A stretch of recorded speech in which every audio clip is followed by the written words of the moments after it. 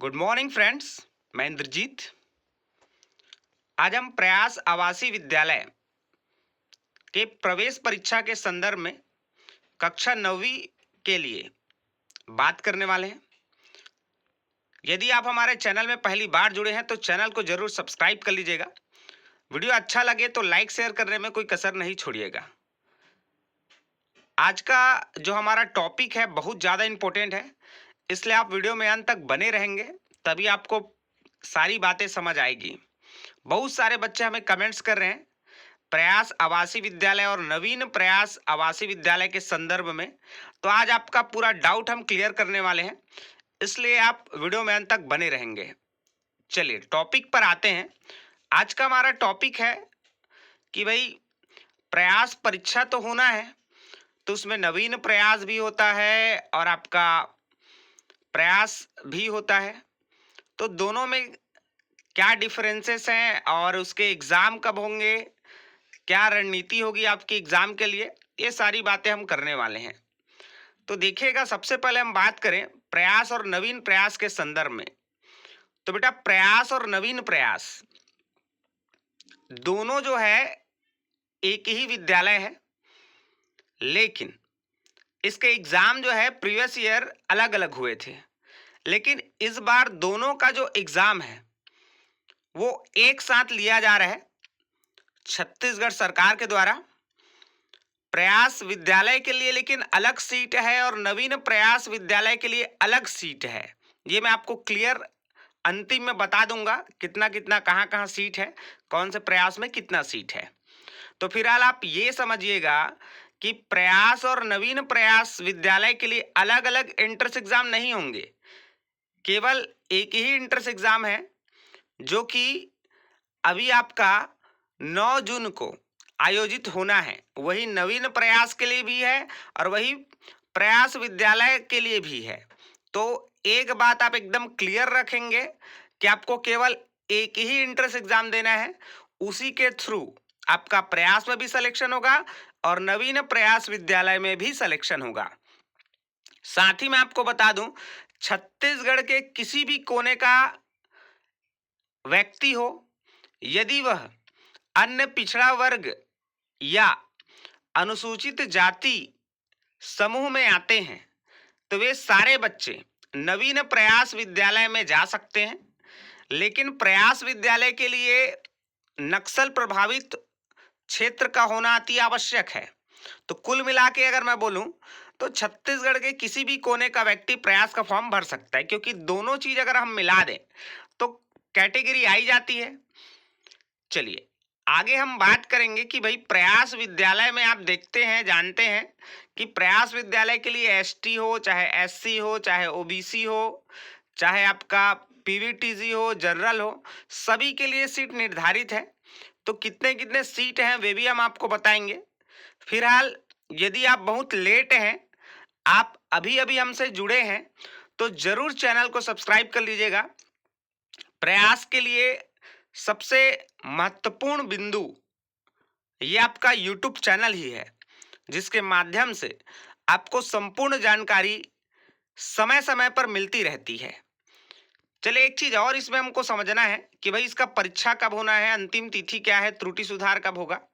तो देखिएगा, चाहे आप नवीन प्रयास की बात करें या प्रयास की बात करें, अभी मैंने बता दिया कि दोनों एक ही है और दोनों का एंट्रेंस एग्जाम एक साथ हो रहा है। 9 जून 2024 को प्रवेश परीक्षा होगी। अंतिम तिथि है आज 17 मई।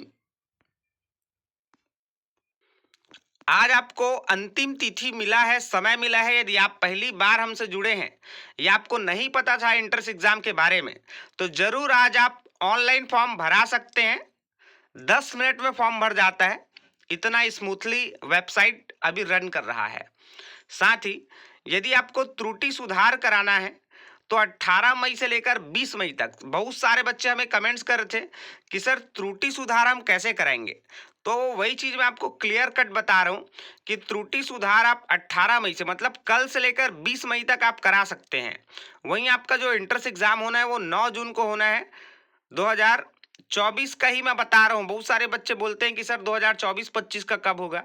तो भैया 9 जून को, अभी जो आने वाला 9 जून है, उसी दिन आपका एग्जाम होना है, चाहे आप नवीन प्रयास के लिए भरे हो या प्रयास के लिए भरे हो। ठीक है, तो अलग अलग फॉर्म भरने की जरूरत नहीं, एक ही फॉर्म है जिसमें आप नवीन प्रयास और प्रयास दोनों के लिए भरेंगे। साथ ही आपका त्रुटि सुधार आप देख पा रहे होंगे 18 मई से 20 मई तक आप करा सकते हैं।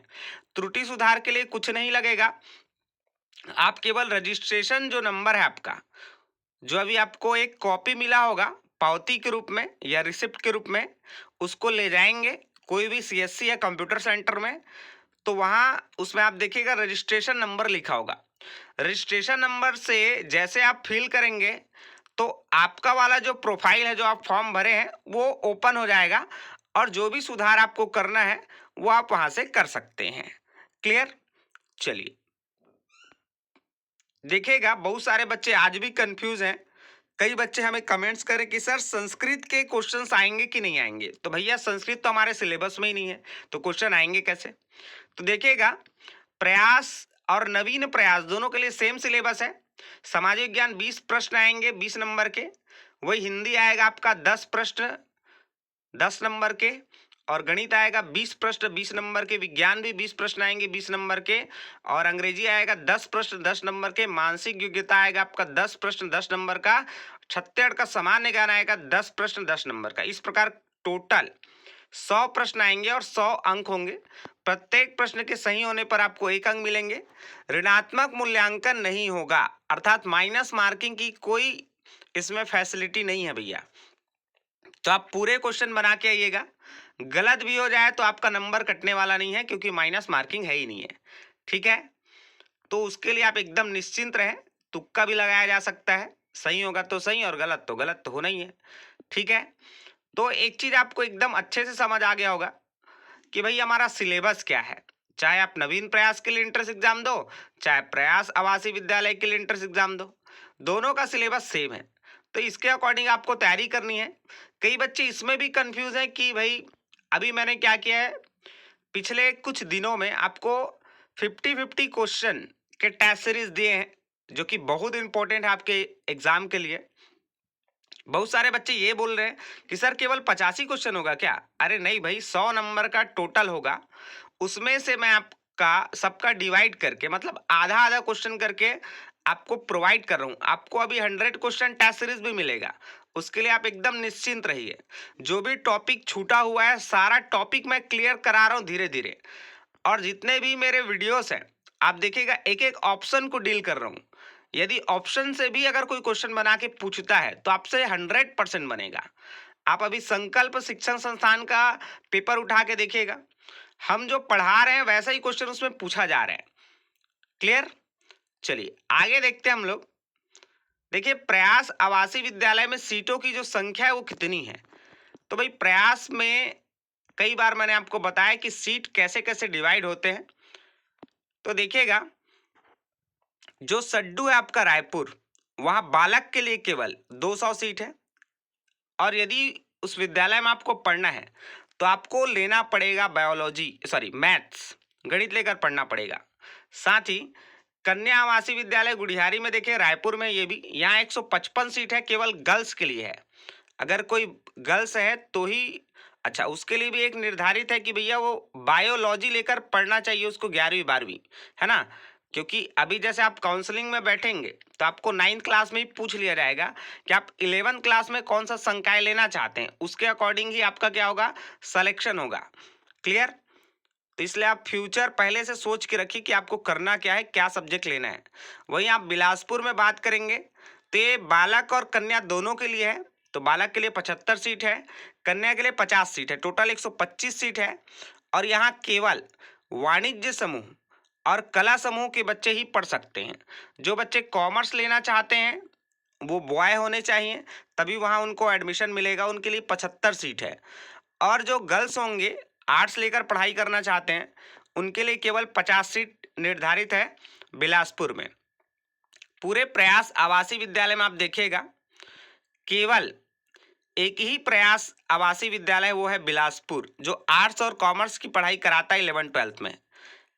चूंकि आप सभी जानते हैं कि छत्तीसगढ़ का हाईकोर्ट बिलासपुर में है, इसलिए वहाँ क्लैट की तैयारी भी करवाई जाती है, बच्चों को वकील बनाएंगे, जज बनाएंगे।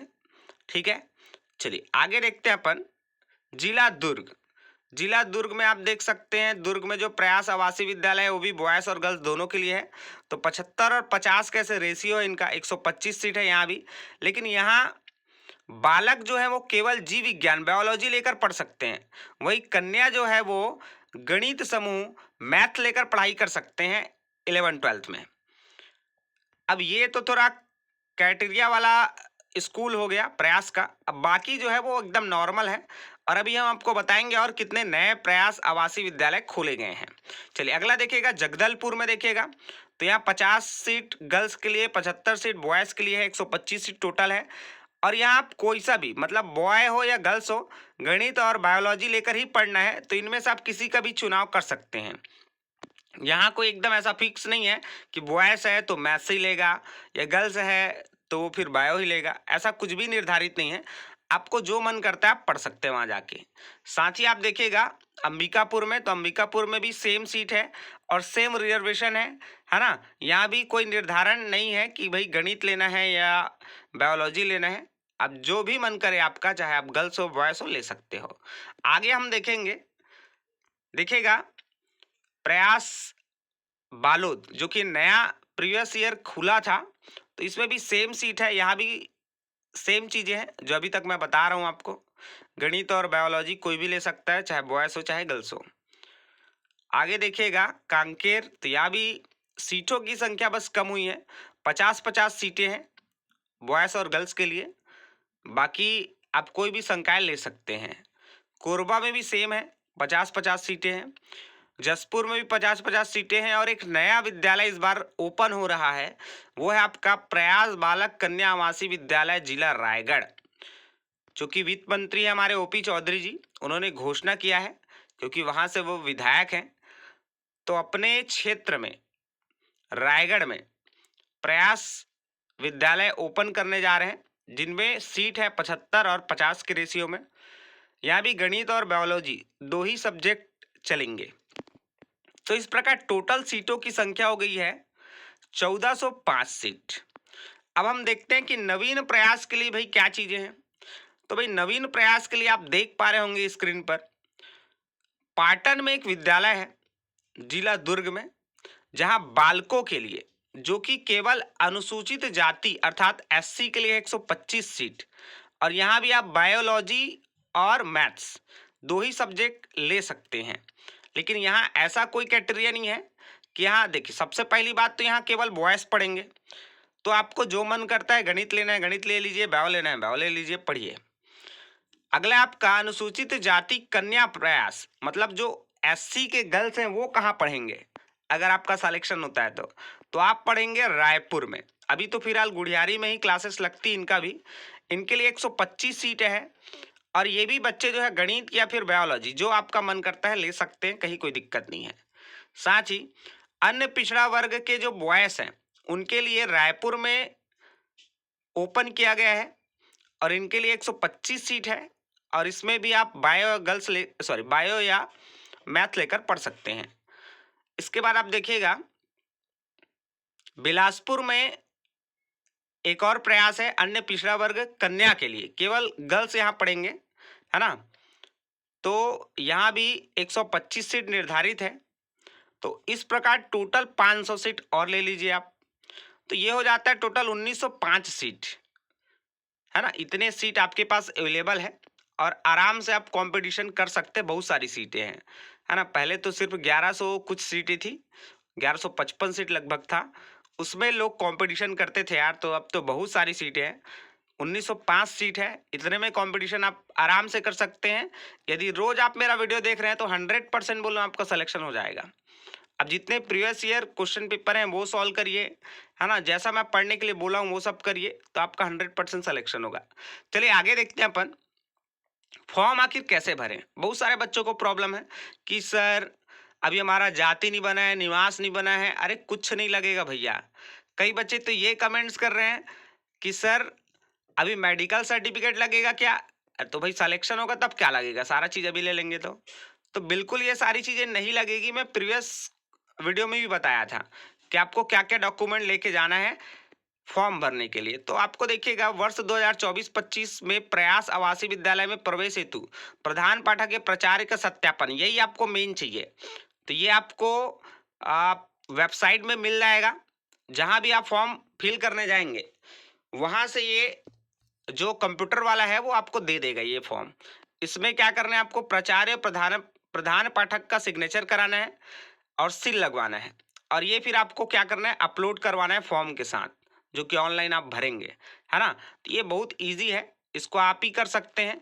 बस सील और सिग्नेचर आपका प्राचार्य का होना चाहिए, ठीक है।